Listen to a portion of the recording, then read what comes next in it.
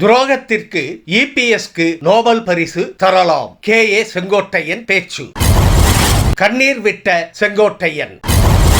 அதிமுகவில் தொடர விரும்பும் செங்கோட்டையன். முடிவுக்கு வந்தது வைகோ சீமான் சண்டை. அன்பு தமிழ் நெஞ்சங்களுக்கு மெர்சல் கெலாட்டாவின் அன்பு வணக்கம். வாங்க இன்றைய காணொளி இதோ. துரோகம் செய்தது யார் என்பது மக்களுக்கு தெரியும். எல்லாவற்றுக்கும் வீடியோ ஆடியோ ஆதாரம் தன்னிடம் இருப்பதாக செங்கோட்டையன் தெரிவித்துள்ளார். அனைவரும் ஒன்றிணைய வேண்டும் என்ற நோக்கில்தான் தேவர் ஜெயந்தியில் பங்கேற்றதற்காக கிடைத்த பரிசுதான் கட்சியிலிருந்து நீக்கம் என்று வேதனையுடன் தெரிவித்தார். மேலும் துரோகம் செய்வதில் இபிஎஸ்க்கு நோபல் பரிசு தரலாம் என்றும் கடுமையாக சாடினார்.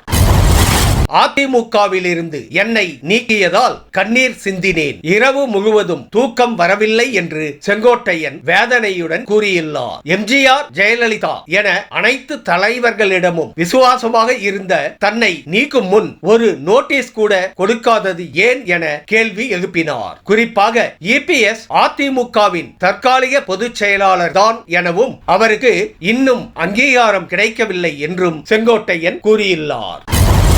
கட்சியின் விதியை முறையாக பின்பற்றி தன்னை நீக்கவில்லை எனவும் தான் அதிமுகவில் தொடரவே விரும்புவதாகவும் செங்கோட்டையன் கூறியுள்ளார். அதிமுகவில் இருந்து நீக்கப்பட்டது தொடர்பாக கோபியில் செய்தியாளர்களை சந்தித்த அவர் கட்சியை மீண்டும் வலுவடைய செய்யும் நோக்கத்திலேயே சசிகலா, ஓபிஎஸ், டிடிவி தினகரனை சந்தித்து பேசியதாகவும் கூறினார். தன்னை நீக்கியதற்கு எதிராக வழக்கு தொடர திட்டமிட்டுள்ளதாகவும் அவர் தெரிவித்தார்.